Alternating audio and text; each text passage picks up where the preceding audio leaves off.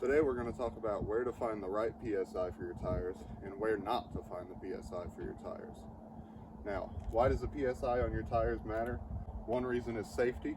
Car manufacturers design cars that if the PSI is too high or too low, the car could roll over, the wall of the tire could fold under at too sharp of a turn or something like that. Another reason is the wear and tear of your tires. If your tire is inflated too high, the inner part of your tread will wear out quicker than the outer part. If your tire is too low, the outer part of your tread will wear out before the inner. Having a higher PSI will give you a little bit better fuel economy because there's less rolling resistance, less heat, but it's not worth the safety and the cost of the tires that you lose out on. So the first place a lot of people check to see their tire PSI, which is true for their tires, but it's not true for their car, is right here on the tire itself, on the sidewall. A lot of cars will say 40, 44 PSI. My pickup truck, my F-250 over there says 80 PSI, but that's not what the car recommends. That's not what the car is supposed to be at. So let's take a look at what the car says. I'm going to show you this if you were walking up to your car, how you would find it. It's very easy on every car I've ever seen. So you open up your driver's door here on the front. Sometimes it'll be right here on your door jamb, but most of the time, most cars I've seen, it's going to be on a sticker here. Sometimes it's yellow, sometimes it's white. If you look at my sticker on my car, you'll see that it's not listed on there. So let's see where it's at. Walk around to the passenger side here and open the front passenger door. And we will open our glove box. And if we take a look at this sticker right here, we'll see tire loading information. It tells us our tire size, P175/65R14, our spare tire size, and then it lists the cold pressures on the front tire and on the rear tire. Now you'll see on the front here, it says 35 PSI. On the rear, it says 33 PSI. And on the spare, it says 60. A lot of cars will have a higher PSI on the front just to handle the weight of the engine there. Just give it a little more strength. And then that cold PSI, cold tire pressure that you see there. Some people argue or debate or are not sure what that means. That does not mean tire pressure when it's cold outside, okay? That doesn't mean if it's 40 degrees outside, that's what your tire pressure should be, and if it's 80 degrees outside, it should be different. That means when your tire is cold. So when you drive, your tire warms up from friction. That's pretty basic stuff. You want to check your tire pressure before you drive anywhere. After you've driven a few miles, if you checked it before you left home and it was at 30, then after you drive a few miles, you may see it's at 33, 34. And it'll continue to go up to a certain point and then it'll stop. But so that cold tire pressure is just for the tire itself not being warmed up. It has nothing to do with your temperature outside.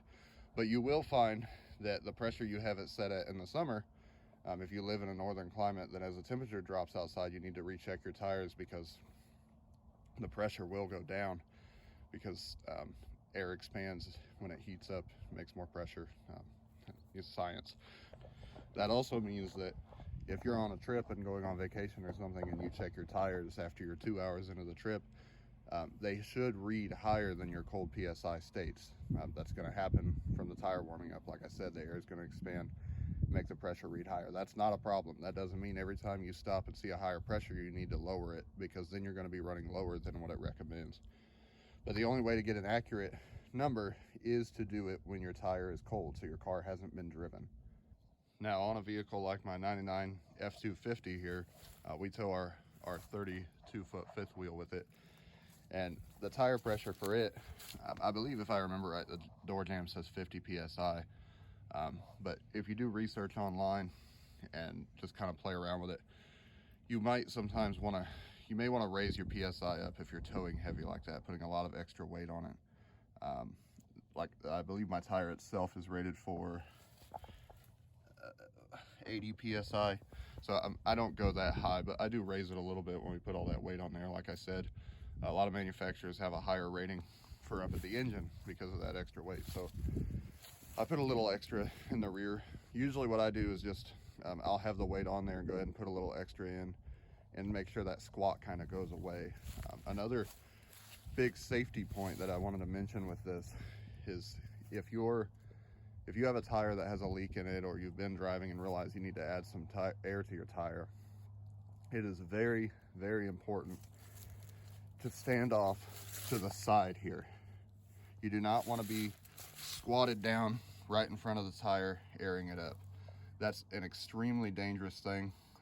The tire can literally blow up, explode, and I've seen it throw full-grown men across parking lots. I worked with a fella that for probably 20 or 30 years he drove a service truck for semis.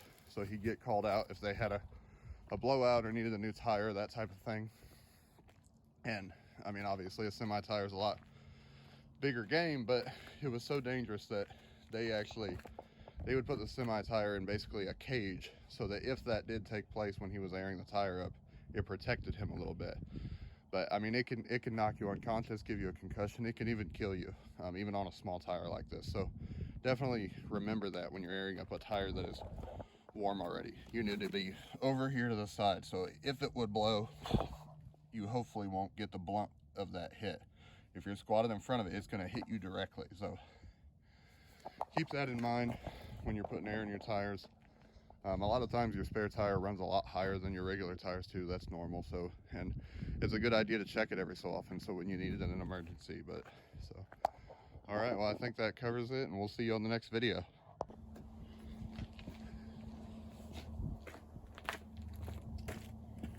Is my head in the shot? Can you see my head?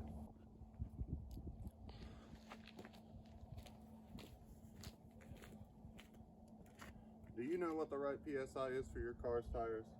Well, I'm betting that a lot of people don't.